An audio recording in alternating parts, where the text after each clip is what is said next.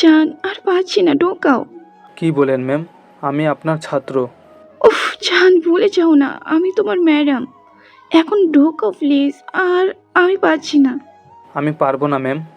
উফ নীরব, তুমি এত হট একটা ছেলে, আমাকে দেখে কি তোমার করতে ইচ্ছে করছে না? ম্যাম আমাকে যেতে দিন প্লিজ। আমি আপনার স্টুডেন্ট।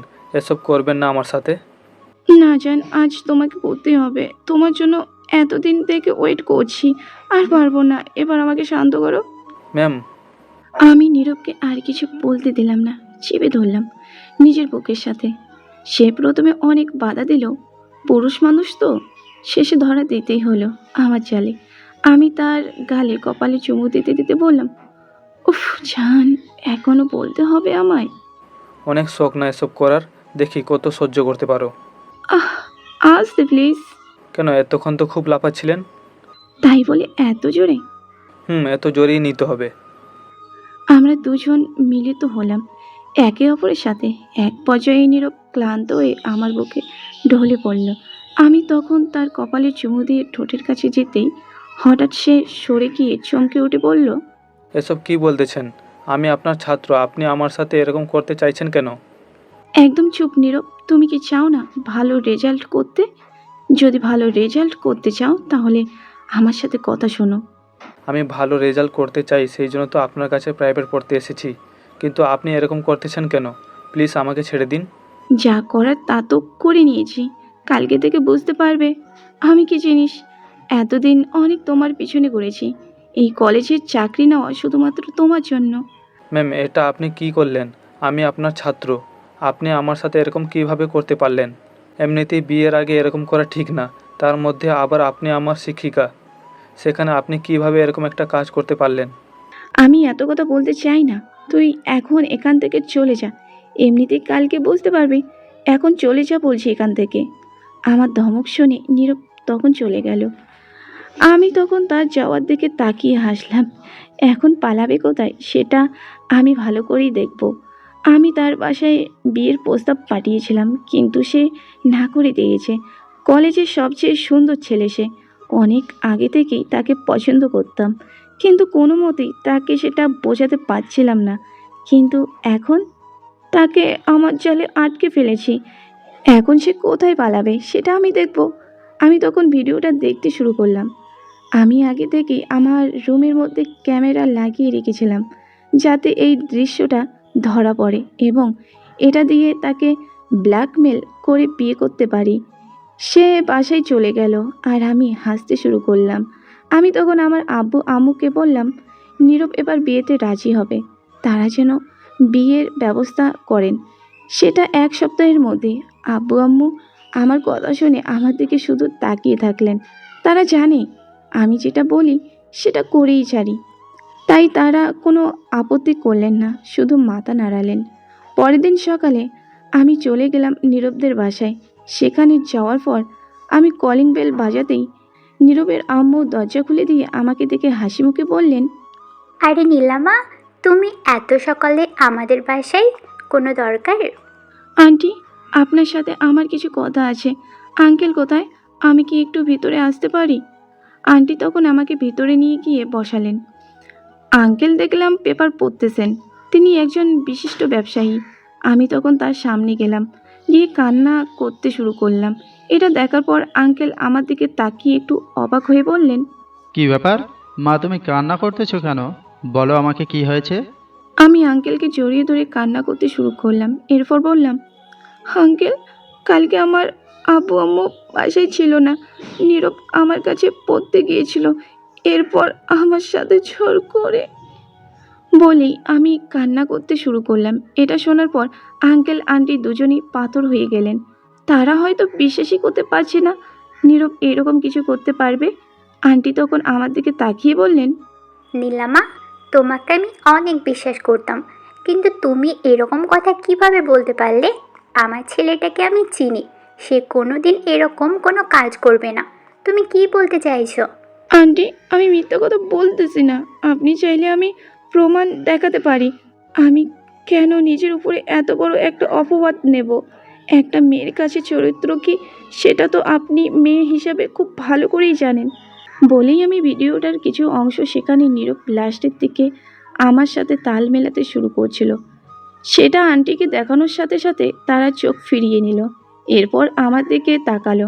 আমি ভিডিওটা অফ করে দিয়ে কান্না করতে শুরু করলাম। আঙ্কেল আন্টি একে অপরের দিকে তাকালেন। এরপর আঙ্কেল চিৎকার করে নীরবকে ডাকতে শুরু করলেন। নীরব, এই নীরব, কোথায়? তাড়াতাড়ি নিচে আয় বলছি। এই কথা শোনার পর নীরব দৌড়ে নিচে আসলো। হয়তো রুমের ভিতরে ছিল। আঙ্কেলের চিৎকার শুনে নিয়ে আসতেই আঙ্কেল তার কাছে গেলেন, গিয়ে কয়েকটা থাপ্পড় দিতে শুরু করলেন।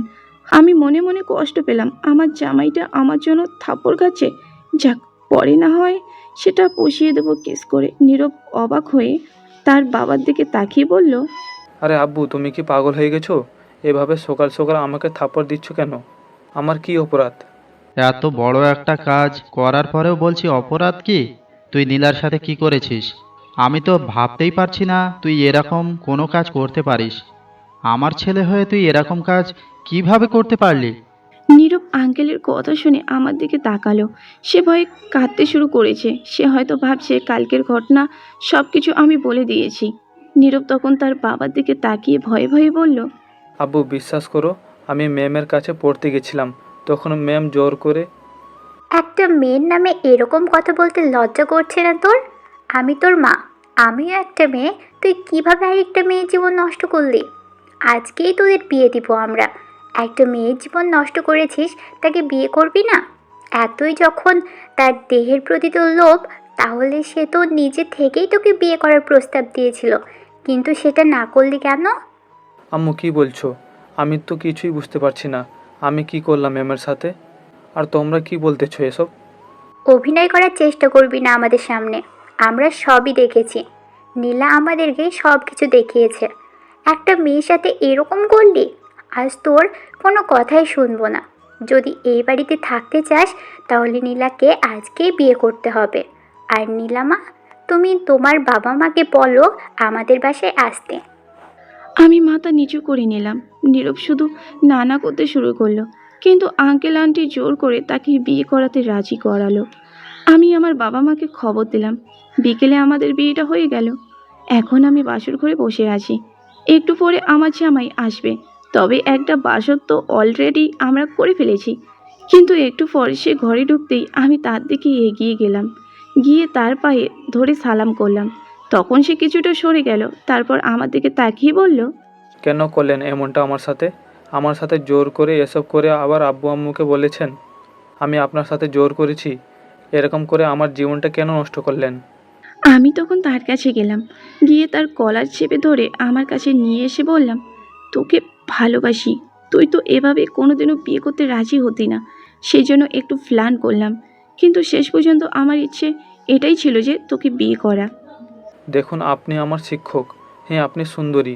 আমারও আপনাকে পছন্দ ছিল অন্যদের মধ্যে, কিন্তু একটা ছেলের সাথে আপনি কিভাবে এরকম একটা করতে পারলেন? চুপ, একদম চুপ। আজকে থেকে আমি তোমার। আর কোনোদিন এই কথা বলবে না।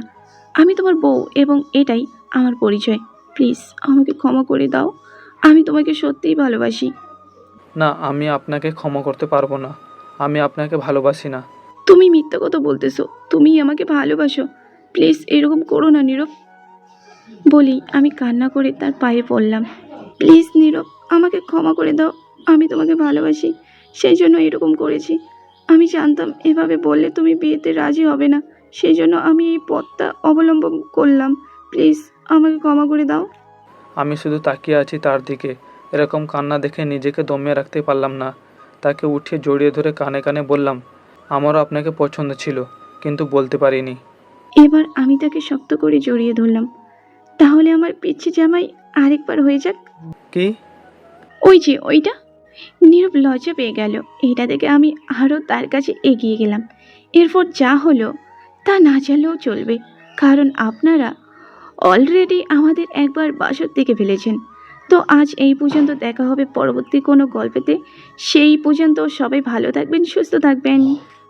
নিত্য নতুন রোমান্টিক ভালোবাসার গল্প শুনতে চাইলে আব্দুল লাভ স্টোরি ইউটিউব চ্যানেলটি সাবস্ক্রাইব করে নোটিফিকেশন অন করে আমাদের পাশেই থাকুন।